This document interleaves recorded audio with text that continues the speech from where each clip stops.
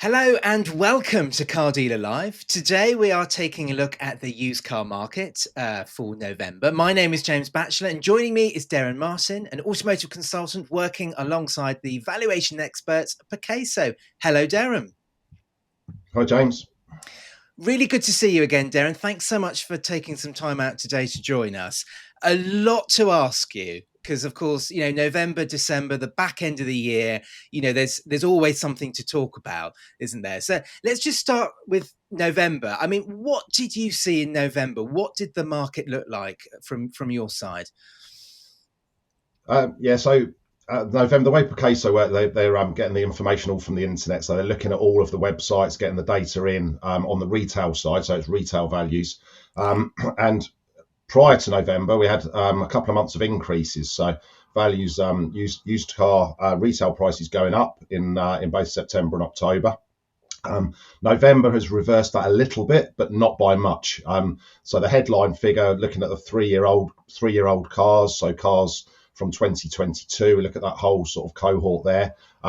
So they've gone down by just 0.6% for the retail on the retail side. So I would summarise that as being a pretty strong month, really. Bearing in mind that we have this run into Christmas is sort of quarter four is generally a time when consumers don't necessarily focus on buying a used car. Obviously, sometimes it's a necessity purchase, but generally attention switches to the expense of Christmas. So for November to only have a very small drop on retail values, then I would say that's a pretty strong month. Yeah. And what kind of let's just sort of burrow down a little bit into November. I mean, what kind of trends did the Percayso data sort of throw up? I mean, what were the interesting cars, all the cars that were sort of going up a little bit in value? So petrol was the strongest fuel type, dropping only very gently by 0.2%. EVs and hybrids have dropped by around 1%. Diesels were actually similar to petrol, so those ICE cars have performed probably the best. I always find it interesting to see what's happening with estate cars, because there's not many of them around anymore. But if you want one, you're prepared to pay for it.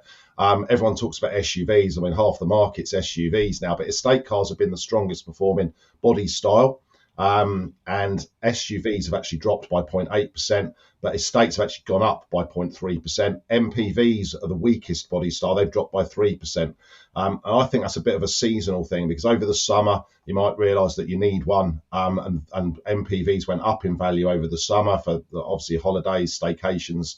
But they've actually dropped now. So, yeah, MPVs were the weakest, estates the strongest, hatchbacks stayed relatively level. So yeah, that's the sort of summary by body style and by fuel type. I guess the ICE vehicles stayed relatively strong.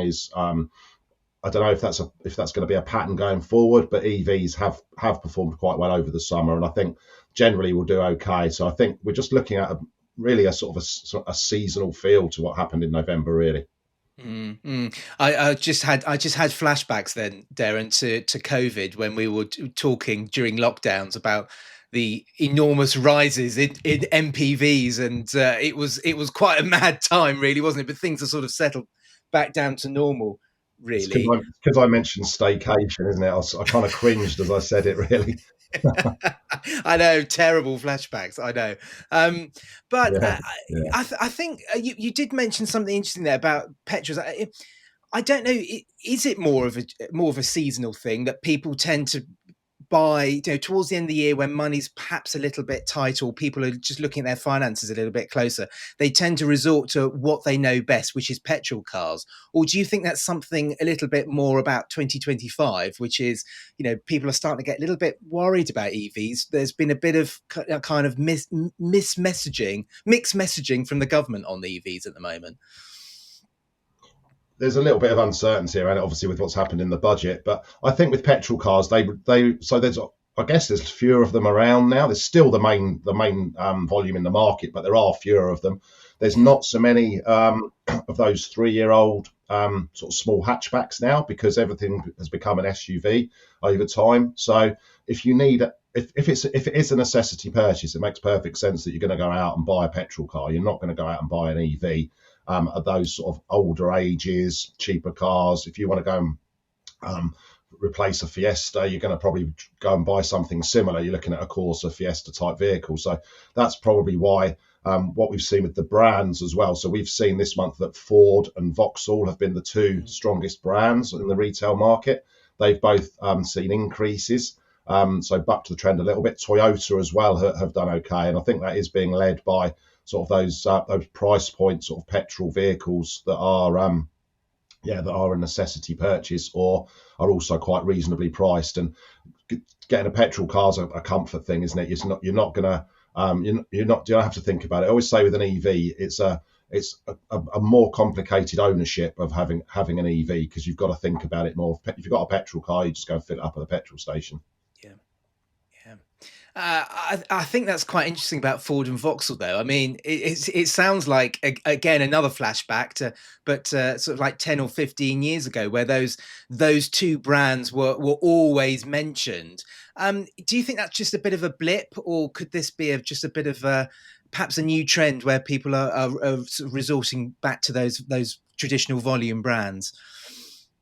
I'm not sure. It'd be interesting to see if that continues. I wouldn't expect values to keep going up. I don't think we're going to be in high demand for those cars. But the garages, the independents and whatever that are stocking them are just holding on price a little bit there, perhaps. And obviously the franchise dealers as well. They are reasonably priced vehicles, and they're looking. There's plenty of them around, but also probably not an oversupply situation with them. So. I don't think it's going to be a long-term trend where they go up. A bit like you see Tesla ebbing and flowing. I think this is probably just a sort of something that you see in the market this November.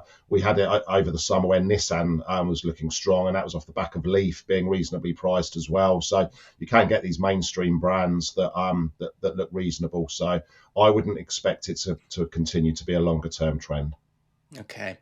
I sort of my heart swelled when I saw Ford and Vauxhall there, but I think it's probably I probably agree with you. It's probably just a little bit of a momentary kind of blip. Let's just briefly talk about EVs, because values of those during the summer were actually surprisingly high, weren't they? And talking to quite a few dealers, the summer rise in values actually persuaded quite a few dealers to actually start, seriously considering stocking EVs on their used forecourts. What has sort of November? What's the effect been of like the mixed messaging from the government? Of course, the pre-budget leaks that we had about EVs. Has that had a bit of an effect on prices and demand, do you think? I think it's too early to say. It's any uncertainty in the market doesn't help with EVs because obviously it's new. There's been some really good traction this year for electric vehicles. It's still a big swathe of people who probably wouldn't consider one. Prices now are very reasonable. They hit that sort of £15,000 to £20,000 retail price point. You can get like Model 3s, Model Ys, a lot cheaper than they were 2 or 3 years ago, and that remains like an aspirational choice. People like to have those sorts of vehicles, but any uncertainty and this pay per use, if you look at it, it's not going to be much. It's going to be £200 or £300 generally for the usage that we're talking about. If you're talking about like 8,000 to 10,000 miles, but how are they going to do it? It's going to need resource. You're going to have to obviously you can divulge your mileage at an MOT, but what do you do for those cars under 3 years old? I think they've kind of gone with road usage. For me, they should have just done a blanket sort of charge. They've got to charge for because they're losing a lot of revenue, obviously, on as ICE vehicles decline. But they should have just done a blanket charge, in my opinion. It would have been very, very easy to administer. And yeah, it is just another reason for people who maybe were sat on the fence not to buy an EV. But honestly, if you look at the total cost of ownership, it still makes a great deal of sense to buy an EV. But uncertainty doesn't help. So I don't think it's had an impact at the moment. I'm not sure that it will have much of an impact, and we probably need to send the message around that they are still a good purchase, and look at the total cost of ownership of those vehicles, and they're still great news.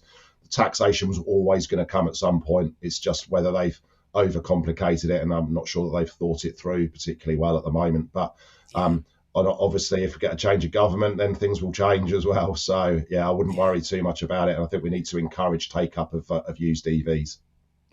Yeah, absolutely. I just think it's probably I think it's the wider topic of, is now the right time? On the one hand, you're handing out sort of incentives, and on the other, you're talking about, charging them as well. But it's more of a wider point, really, isn't it? But finally, Derren, I mean, Yeah. looking into December, I would imagine we're going to have the typical sort of seasonal slowdown. I suppose all eyes are looking at January, really. Yeah, December's it's a short month, isn't it, from a working point of view? So that last week before Christmas is very slow. You continue to get necessity purchases, obviously, in the used car market in December.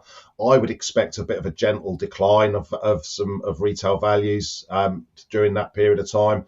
And yeah, well, not just from January, it's sort of from Boxing Day, really, isn't it? There's a bit of an uptick, and people are bored of their families and start to go on Auto Trader and other websites from Boxing Day. I think it's one of their busiest days. So yeah, there will be people that are putting it off, but January I would expect it to come back with maybe not a bang, but it will certainly be relatively strong. So I think you'll get a bit of a drift away of values as we head into Christmas, and then a small uptick. But it's not always that values go up in January. They tend to hold firm.